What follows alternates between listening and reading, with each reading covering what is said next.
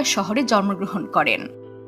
ইলনের বাবা Errol mask ছিলেন একজন ইলেকট্রোমেকানিক্যাল ইঞ্জিনিয়ার এবং তার মা মে মাস্ক ছিলেন একজন মডেল ও ডায়েটিশিয়ান। পরিবারের এই বহুমুখী পরিবেশ তার সৃজনশীল চিন্তাধারার ভিত্তি গড়ে তুলেছিল।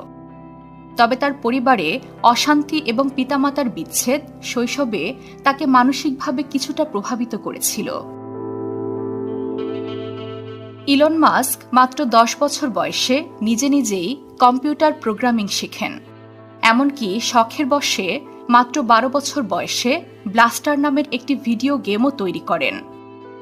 পরবর্তীতে এই গেমটি $500 বিক্রি করে দেন তিনি। এটি ছিল তার প্রথম সফটওয়্যার বিক্রির অভিজ্ঞতা। এরপর Elon Musk Pretoria Boys High স্কুলে পড়াশোনার সময় উপলব্ধি করেন দক্ষিণ আফ্রিকার পরিবেশ তার জন্য উপযুক্ত নয়।